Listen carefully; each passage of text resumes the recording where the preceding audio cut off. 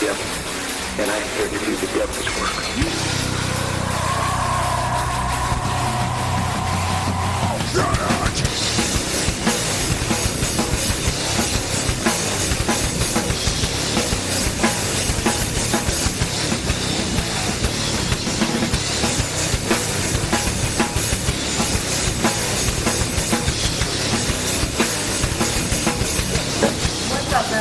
I'm your metal Maiden in Milton, West Virginia at Milton's Band Equipment. And with me is a guy who gives me a strong compulsion to do the Wayne's World I'm not worthy about.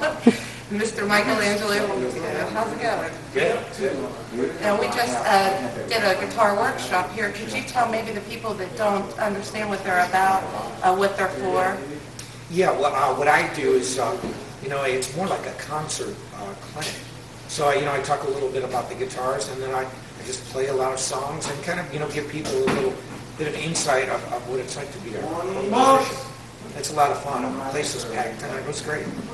And you said that you've been playing guitar since you were about 10 years old on stage. That's right. What was the very first guitar you ever played? It was a really beat-up, old, used Fender Strat, and I wish I had it now because it would be worth a lot of money. But it was just a used Strat. And I liked it, but it wasn't really me. And I kept trying to find different guitars, that fit me. And as I got older, that's when I got the Well, I want to thank you for coming to West Virginia. Have you been here before? Yeah, I was here before, but I haven't been here for a while. This is my first time here. And there's actually a few towns over called Nitro. We were just wondering if maybe you'd like it. Well, I would like to go there, that's for sure. Especially, I've got my jacket on, but with my Nitro tat. So it'd be pretty cool. But speaking of Nitro, how many bands do you think you were in before Nitro? Well, I was in a lot, but I was only in one other major label band. It was called Holland, like the country Holland. We were on Atlantic, and really that's about it. But, before that, tons of bands, dozens of bands. Sometimes we'd have a band together for 3 months, somebody would quit, and then we'd start a new band. So ever since I was 10, all the way up. And what would you say is the biggest mistake that a band or a musician can make in trying to make it out there or make a name for themselves? Well, I think that the biggest mistake people do is they think that there are shortcuts. That American Idol is great, but where you take somebody from obscurity and make them a star. But I even think those people have a lot of years of performing, and I think that usually the people who end up making it are the ones who get up on stage. It just seems to be that if you ask the majority of the artists that are out there touring, that are out there doing it, they have a history of performing. And I think that's the main thing that separates the major label artists and the ones who just get up and do it. And at what point in your career did you really think you were at the place where you dreamed of being? I thought when I got signed to a major label, when I signed my name on Atlantic Records, that's like being in the NFL or Major League Baseball. I was like, yeah, that's it. And then the trick is once you get there to stay there. So that's another game in itself.